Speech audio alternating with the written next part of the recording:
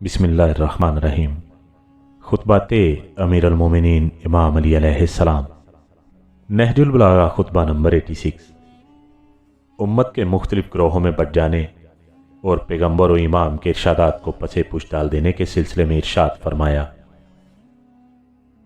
अल्लाह ने ज़माने के किसी सरकश की गर्दन नहीं तोड़ी जब तक कि उसे मोहलत व फरागत नहीं अता कर दी, और किसी उम्मत की हड्डी को नहीं जोड़ा जब तक कि उसे शिद्दत व सख्ती और इब्तला व आजमाइश में नहीं डाल लिया।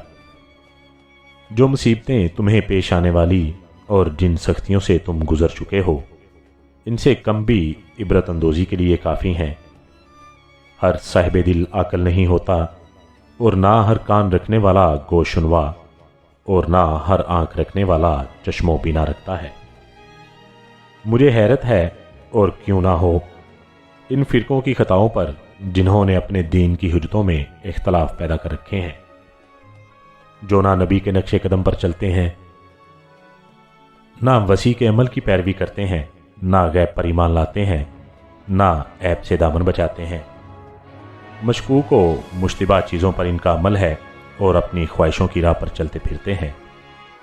जिन चीज़ों को वो अच्छा समझें, इनके नज़दीक बस वो अच्छी हैं, और जिस बात को वो बुरा जाने, इनके नज़दीक बस वो बुरी है। मुश्किल गुथलियों को सुलझाने के लिए अपने नफ्सों पर एतमाद कर लिया है और मुश्तबा चीज़ों में अपनी राय पर भरोसा कर लेते हैं। गोया इनमें से हर शख्स खुद ही अपना इमाम है, और इसने जो अपने मकाम पर अपनी राय से तय कर लिया है, इसके मतलब ये समझता है कि इसे काबिल इत्मीनान वसीलों और मजबूत ज़रियों से हासिल किया है।